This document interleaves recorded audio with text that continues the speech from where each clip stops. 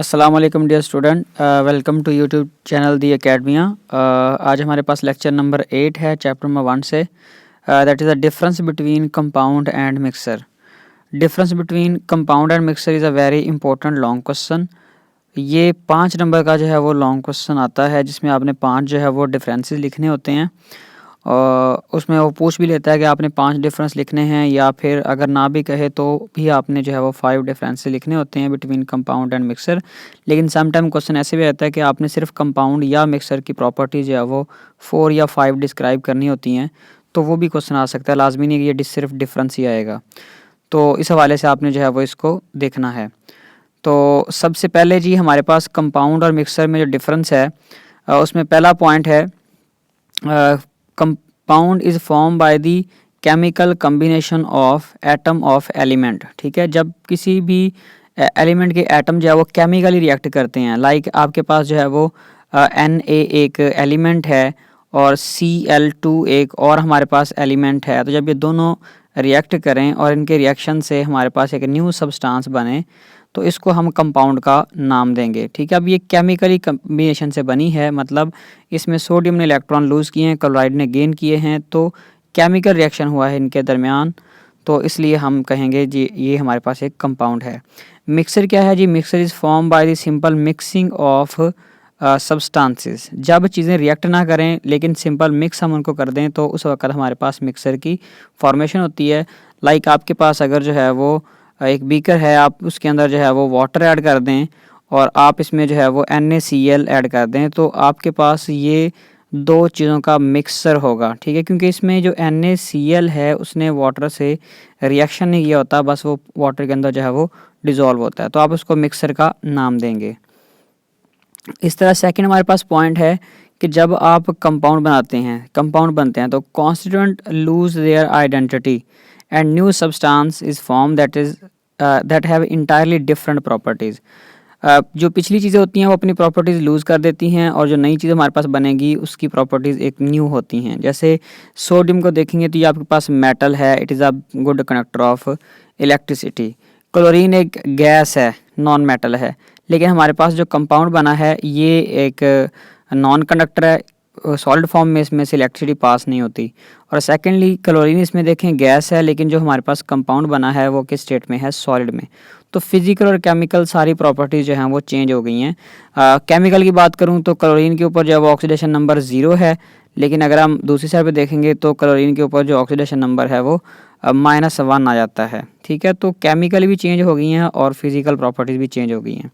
लेकिन अगर आप मिक्सर को देखेंगे, मिक्सर के अंदर जो कॉन्स्टिट्यूएंट होते हैं वो अपनी प्रॉपर्टीज़ वैसे की वैसे शो करते हैं। Mixer show the properties of constituent.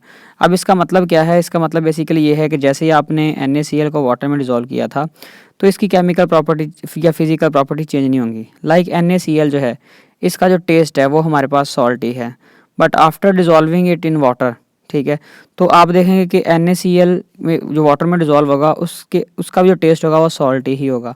इसका मतलब NaCl की जो फिजिकल प्रॉपर्टी है, टेस्ट जो है वो चेंज नहीं हुआ आफ्टर डिज़ोल्विंग। ठीक है, तो ये इसका मतलब अगर मिक्सर जो है वो जो उसके अंदर कंपोनेंट होते हैं वो अपनी प्रॉपर्टीज़ रिटेन करते हैं। कंपाउंड की तीसरी प्रॉपर्टी की बात करें तो कंपाउंड है फिक्स्ड मैस या fixed composition by mass. Compound जो होते हैं उसके अंदर जो मैस है एलिमेंट का वो फिक्स होता है। जैसे इसके अंदर वाटर में जो हाइड्रोजन का मैस है वो 2 है, और जो ऑक्सीजन है इसका मैस है वो कितना होता है? 16। मतलब आपके पास 2 ग्राम इसमें 1 मोल में 2 ग्राम जो है वो हाइड्रोजन है और 16 ग्राम जो है वो ऑक्सीजन होती है। तो ये फिक्स रेशो है। इसमें आप अगर देखेंगे तो ये 1 रेशो ऑलमोस्ट 8 बन रही होगी। इसी तरह NaCl के अंदर सोडियम का मैस जो है वो 23 होता है, जबकि जो क्लोराइड है उसका जो मैस है वो 35.5। तो ये हर एक NaCl के अंदर, हर एक मोल के अंदर जो क्लोराइड का है वो 35.5 ही होगा, और जो सोडियम है उसका 23 होगा। लेकिन मिक्सर के अंदर जो मैस होता है, जो कंपोजिशन होती है वो सेम नहीं होती। लाइक आपके पास जो है वो 2 सोल्यूशन है NaCl के आपने बनाए हैं वाटर में, तो आप एक में जो है वो NaCl 10 ग्राम ऐड कर सकते हो इन 100 ml, और दूसरे में जो है वो 20 ग्राम भी डिज़ोल्व कर सकते हो। तो दोनों के अंदर जो सोडियम क्लोराइड की कंपोजिशन है वो डिफरेंट है। इसी तरह जो फोर्थ पॉइंट आपके पास, component cannot be separated by physical mean.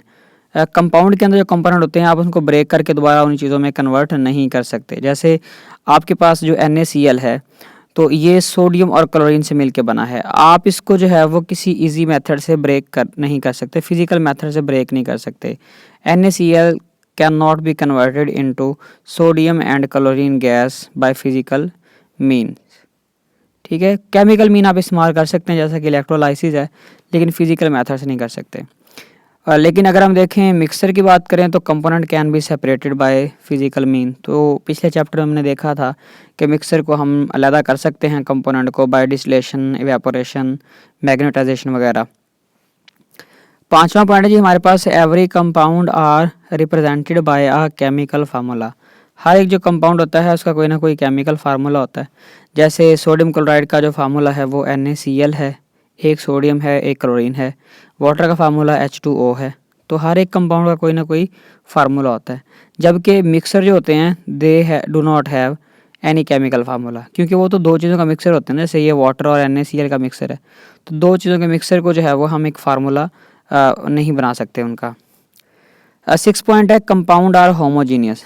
Compound जो होते हैं वो हमेशा होमोजीनियस होते हैं, मतलब उनका जो फेज़ की अगर बात करें तो उनका सेम होगा। लाइक आपके पास जो वाटर किसी बीकर में पड़ा है तो उसके अंदर सारे के सारे जो वाटर के मॉलिक्यूल हैं they are in liquid form. इस तरह आपके पास कहीं अगर कोई NaCl पड़ा है तो उसके अंदर सारे के सारे जो NaCl के फार्मूला यूनिट हैं वो सॉलिड स्टेट में हैं।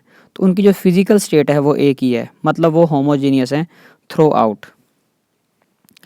अगर आप मिक्सर की बात करें तो मिक्सर जो हैं वो होमोजीनियस भी हो सकते हैं, हेट्रोजीनियस भी हो सकते हैं। ये हमने ऑलरेडी पढ़ा हुआ है कि अगर वो थ्रू आउट यूनिफॉर्म होंगे तो होमोजीनियस, अगर डिफरेंट होंगे तो हेट्रोजीनियस। जैसे ऑयल और वाटर का जो मिक्सर होता है वो हेट्रोजीनियस है, सॉल्ट और वाटर का जो मिक्सर होता है वो होमोजीनियस है। Compound have sharp and fixed melting point, जबकि मिक्सर जो होते हैं इनके शार्प और फिक्स्ड मेल्टिंग या बॉइलिंग पॉइंट नहीं होते।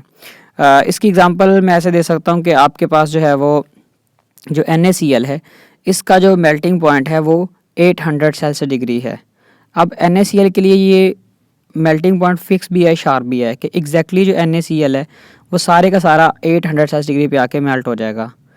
और ये इसकी प्योरिटी की आइडेंटिफिकेशन भी है कि आपने अगर देखना हो कि NaCl प्योर है या नहीं है तो आप देखें अगर वो 800 पे ही मेल्ट हो गया है तो आप कहेंगे वो प्योर है, और अगर वो 800 के बाद हो रहा है 801 पे, 2 पे, 3 पे, तो आप कहेंगे उसके अंदर कोई ना कोई इम्प्योरिटी है। इस तरह अगर मिक्सर की बात करेंगे तो उसका मेल्टिंग और बॉइलिंग पॉइंट डिफरेंट भी हो सकता है। जैसे आपने अभी एग्जांपल पढ़ी कि एक के अंदर आपने 10 ग्राम NaCl डिज़ोल्व किया, दूसरे के अंदर 20 ग्राम। तो आप अगर इस वाटर को बॉयल करें जिसके अंदर 10 ग्राम NaCl है तो उसका बॉइलिंग पॉइंट कम होगा as compare to 20 gram NaCl। जिसके अंदर 20 ग्राम NaCl है उसको ज़्यादा बॉयल करना पड़ेगा, क्योंकि उसके अंदर वाटर में इम्प्योरिटी उसके अंदर जो है वो ज़्यादा होगी एज़ कम्पेयर टू अदर 10 ग्राम वाले की निस्बत। तो इसलिए ज़्यादा देर लगेगी, आपको ज़्यादा हीट जो है वो करना पड़ेगा 20 ग्राम वाले को, तो बॉइलिंग पॉइंट डेफिनेटली ज़्यादा हो जाएगा। तो जैसे आप कंपोजिशन चेंज करते होते हो किसी मिक्सर की तो बॉइलिंग पॉइंट जो होता है वो भी चेंज हो जाता है। ये हमारे पास डिफरेंस था between compound and mixer. Thank you so much for watching. Subscribe my channel for the upcoming videos. Thank you so much.